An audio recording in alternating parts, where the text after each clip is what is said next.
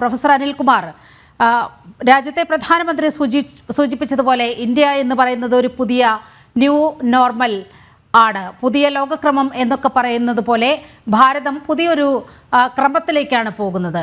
വളരെ കൃത്യമായി തുർക്കിക്കെതിരെ നിലപാടെടുക്കും എന്നുള്ള കാര്യത്തിൽ ഒരു തർക്കവുമില്ല. അതിൻ്റെ പ്രാരംഭമായി ഈ സെലബിയെ ഇത്തരത്തിൽ നിരോധിച്ചുകൊണ്ടുള്ള അവരുടെ പ്രവർത്തനങ്ങൾ മരവിപ്പിച്ചുകൊണ്ടുള്ള ഈ ഉത്തരവിനെ നമുക്കിപ്പോൾ കാണാൻ കഴിയുമോ? തീർച്ചയായിട്ടും. കാരണം ന്യൂ നോർമൽ എന്ന് പറയുന്നത് ഇപ്പോൾ മോദി ഡോക്ട്രിൻ എന്ന പേരിൽ പല സ്ഥലങ്ങളിലും ചർച്ച ഉയർന്നു വന്നിട്ടുണ്ട്. പ്രത്യേകിച്ച് ഓപ്പറേഷൻ സിന്ദൂറിന്റെ പശ്ചാത്തലത്തിലാണ് ഇത് വരുന്നത്.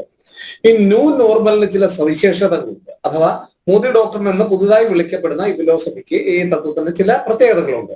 അതിൽ ഏറ്റവും പ്രധാനമായിട്ടുള്ളത് സീറോ ടോളറൻസ് ടുവേഴ്സ് ടെററിസം എന്നുള്ളതാണ്. ഭീകരവാദത്തെ ഓടുള്ള മൃദു സമീപനങ്ങൾ അവസാനിപ്പിച്ചുകൊണ്ട് ഭീകരവാദത്തെ പൂർണ്ണമായി ചെറുക്കുക, എതിർക്കുക, അതിനോട് മൃദു സമീപനം പുലർത്തുന്നവരെ പരമാവധി ഒറ്റപ്പെടുത്തുക എന്നുള്ളതാണ്. അതാണ് സീറോ ടോളറൻസ് ടുവേഴ്സ് നമ്മൾ ടെററിസം എന്നുണ്ട്. അപ്പം ഇക്കാര്യത്തിൽ ഇപ്പം തുർക്കിയുടെ കാര്യത്തിൽ പറയുകയാണെങ്കിൽ അങ്ങനെയുള്ള ഒരു നിലപാടിൽ തുർക്കിയെ പരിപൂർണമായി ഒഴിവാക്കേണ്ടുന്ന സമയം കഴിഞ്ഞു. കാരണം അവർ ഭീകരവാദം നടത്തി ഒരു രാഷ്ട്രത്തിനെ പരിപൂർണമായി സഹകരിച്ചുകൊണ്ട് പോവുകയാണെങ്കിൽ അവർക്ക് വേണ്ട പിന്തുണ നൽകുകയാണ്.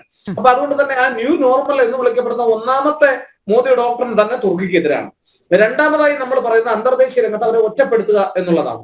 അത് നമ്മളിപ്പോ ചെയ്തുകൊണ്ടിരിക്കുകയാണ്. ഐസൊലേഷനിസം എന്നുള്ളതാണ് ആ ന്യൂ നോർമലിന്റെ പ്രത്യേകത എന്ന് പറയുന്നത്. അപ്പൊ തുർക്കിയെ അന്തർദേശീയ രംഗത്ത് ഒറ്റപ്പെടുത്തുന്നതിന്റെ ഭാഗമായി നമ്മൾ പല രാജ്യങ്ങളുമായും ചർച്ചകൾ നടത്തി, അല്ലെങ്കിൽ ഈ ഇപ്പൊ പറയുന്നുണ്ടല്ലോ അവിടേക്കുള്ള പലതരത്തിലുള്ള വിമാനം ആയിട്ടുള്ള കരാറുകളും റദ്ദ് ചെയ്യുക, അവിടെ കൊടുത്തിട്ടുള്ള ഇങ്ങനെയുള്ള പല എഗ്രിമെന്റ്സും നമ്മൾ ലൈസൻസുകൾ റദ്ദ് ചെയ്യുക, എഗ്രിമെന്റുകൾ ഒഴിവാക്കുക, ഇങ്ങനെ പരമാവധി ഇന്ത്യയുടെ ഭാഗത്ത് ചെയ്യാൻ പറ്റുന്നതെല്ലാം ചെയ്യുക എന്നുള്ളതാണ് രണ്ടാമത്തെ തത്വം എന്ന് പറയുന്നത്. മൂന്നാമത്തെ ന്യൂ നോർമലിന്റെ അല്ലെങ്കിൽ ഈ മോദി ഡോക്ടറിന്റെ പ്രത്യേകത എന്ന് പറഞ്ഞാൽ കണ്ടീഷണൽ എൻഗേജ്മെന്റ് ആണ്.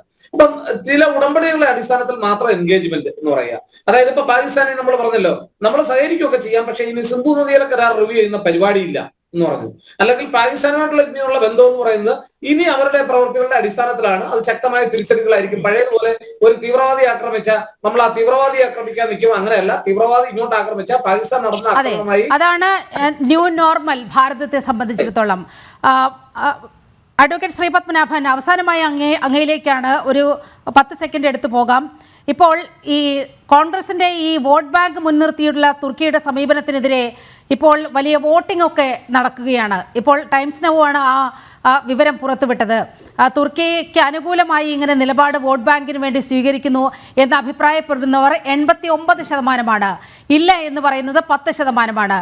ഇതാണ് നമ്മളിവിടെ ചൂണ്ടിക്കാണിച്ച രാഷ്ട്രീയം. കോൺഗ്രസ് മൗനം വെടിയുമോ ഇനിയെങ്കിലും?